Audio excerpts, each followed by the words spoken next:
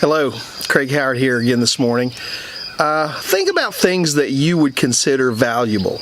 What would you consider the most valuable thing that you have in your home?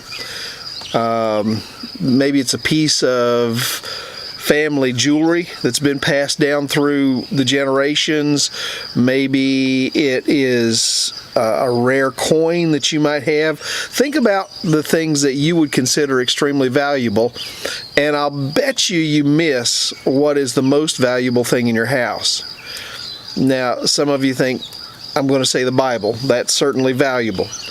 But for the point of my illustration here today, I'm going to tell you the most valuable thing you have in your house is probably this. Just water. The average person cannot last more than 3 days without water. It is a big part of what we're made up of. It keeps us alive. It sustains us. We just can't make it without it. If I don't have it, I don't last. I don't live. It's essential to life.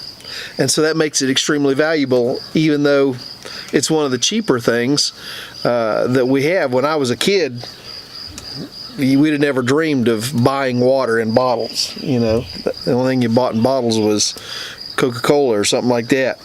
But the Bible talks about something that it likens to water. In Psalms chapter 63, David is saying, he's in the wilderness of Judah, and it says, "O God, you are my God. Early will I seek you. My soul thirsts for you. My flesh longs for you in a dry and thirsty land where there is no water." He says, "I long for you, God. I thirst for you, just like I would thirst for water in the middle of the desert." I've been to the Sahara Desert in Africa, and I'm going to tell you, it's a barren place. It's a scary place. It's a place to think about if you just happen to be out. I flew across it at one point, and they're just vast reaches of the desert where there is nobody, there's no road, there's no nothing. And I thought, man, to be lost out there in the middle of that, you'd never survive. I mean, you couldn't carry enough water to keep you going to walk through it. 3 days. 3 days is all the average person will last without water. And yet we go day after day after day after day after day without spending time in the Word of God.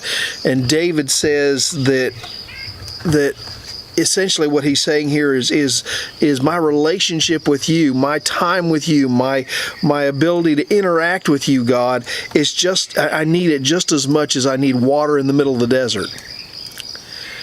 I want you to think about that today as you go throughout your day. Is your life, is your heart, is your being, are you thirsting for God? Do you realize how vital He is in your life, that He's just as vital in your life as a bottle of water in the middle of the desert would be to your life? You've got to come to that place where God is something that isn't just an afterthought. He's not just something that comes around to your mind on Sunday morning, but God is a God you thirst for on a daily basis, that He is as vital to your survival as a being, as a person, as water is.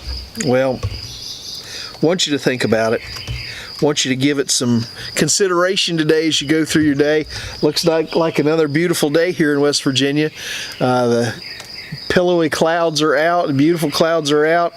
Everything is green and lush. My yard needs mowed. There's always something in there.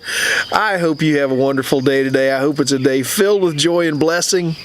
And I hope you'll drink deeply from the Word of God today and from your relationship with God. Well, you have a wonderful day. God bless you.